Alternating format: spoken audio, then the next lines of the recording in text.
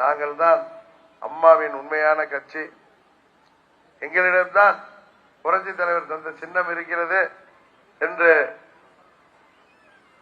தம்பட்டம் அடிக்கின்ற சேலத்து சிங்கம் எடப்பாடி பழனிசாமி ஏன் போட்டியிடவில்லை? அவர்கள் இந்த தேர்தலில் வெற்றி பெறுவதற்கு வாய்ப்பு இருக்கிறதா? அவர்கள் யாரை பிரதமராக சொல்லி ஓட்டு கேட்க இருக்கிறார்கள்? இப்பொழுது நமது கூட்டணிக்கு, தேசிய ஜனநாயக கூட்டணிக்கு மோடி அவர்கள் பிரதம வேட்பாளராக கம்பீரமாக நாம் அவர் பெயரை சொல்லி மோடி அவர்களை பிரதமராக நீங்கள் வாக்களியுங்கள் என்று கேட்கிறோம். தமிழ்நாடு மற்றும் பாண்டிச்சேரியில, ஏன் இந்தியா முழுவதும் கேட்கிறோம். இப்பொழுது திரு ஸ்டாலின் அவர்கள் கூட்டணிக்கு யார் பிரதம வேட்பாளர் என்று திமுகவால் சொல்ல முடியுமா? திமுக வேட்பாளரால் சொல்ல முடியுமா? பழனிசாமி இன்றைக்கு இரட்டைலையை தூக்கி கொண்டு வந்து இருக்கிறாரே, அவர்களால் யார் அவர்களது பிரதம வேட்பாளர் என்று சொல்ல முடியுமா? அங்கே பல தலைவர்கள் இருக்கிறார்களே, அவர்கள் சில பேர் சொன்னார்கள், அவர்கள் தங்களது வாக்கு சதவீதத்தை இந்த தேர்தலிலே நாம் நிரூபிக்க வேண்டும் என்பதற்காக போட்டியிடுகிறார்கள் என்று. வாக்கு சதவீதத்தை நிரூபிக்க வேண்டும் என்றால் அங்கே உள்ள முக்கிய தலைவர்கள் பழனிசாமி போன்று உள்ளவர்கள் போட்டியிட வேண்டியதுதானே. அவர்களுக்கு பயம். அவர்கள் இந்த தேர்தலில் போட்டியிடுவதற்கு காரணமே திமுக தலைவர் ஸ்டாலின் அவர்களுக்கு பயந்து கொண்டு, திமுக தலைவர் ஸ்டாலின் அவர்கள் வார்த்தையில் சொல்வதென்றால் கள்ள கூட்டணி அமைத்திருக்கிறார்கள்.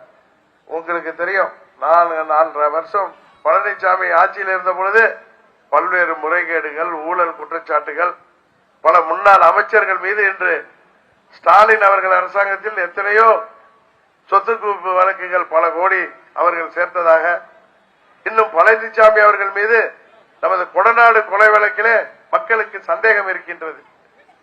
இது போன்ற நிலையில தங்கள் மீது வழக்கு வந்துவிடக் கூடாது என்பதற்காக பழனிசாமி அவர்கள் மறைமுகமாக திமுகவிற்கு உதவி செய்வதற்கு இன்றைக்கு தமிழ்நாட்டிலே 3 ஆண்டுகளாக ஆட்சி செய்து கொண்டிருக்கின்ற திமுக ஆட்சியை மக்கள் வெறுக்க தொடங்கிவிட்டார்கள். ஏன் தமிழ்நாடு முழுவதும் வெறுப்பலை அவர்களுக்கு எதிராக அடிக்க தொடங்கி இருக்கிறது. மக்களை ஏமாற்றி ஆட்சிக்கு வந்து விட்டார்கள்.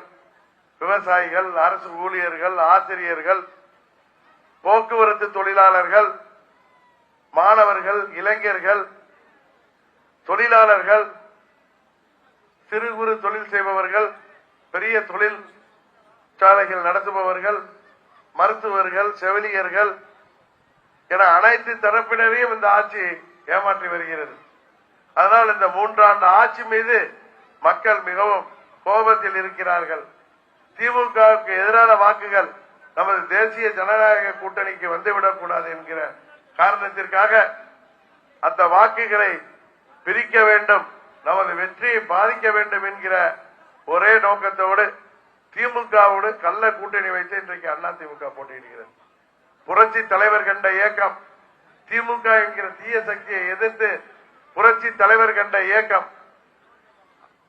துரோகத்தை எதிர்த்து புரட்சி தலைவர் கண்ட இயக்கம் இன்றைக்கு துரோகியின் கையிலே சிக்கிக்கொண்டு அவரது வெற்றி சின்னம் இன்றைக்கு திமுக என்கிற தீய சக்திக்கு உதவி செய்வதற்காக இந்த தேர்தலில் போட்டியிடுகிறார்கள். இதுதான் உண்மை. இந்த உண்மையை மக்கள் யோசித்து பார்க்க வேண்டும். காரணம், நமது பாரத பிரதமராக நமது வேட்பாளர் மோடி அவர்களுக்கு இணையான வேட்பாளர் இன்றைக்கு அந்த எந்த கூட்டணியிலும் இல்லை என்பதுதான் உண்மை.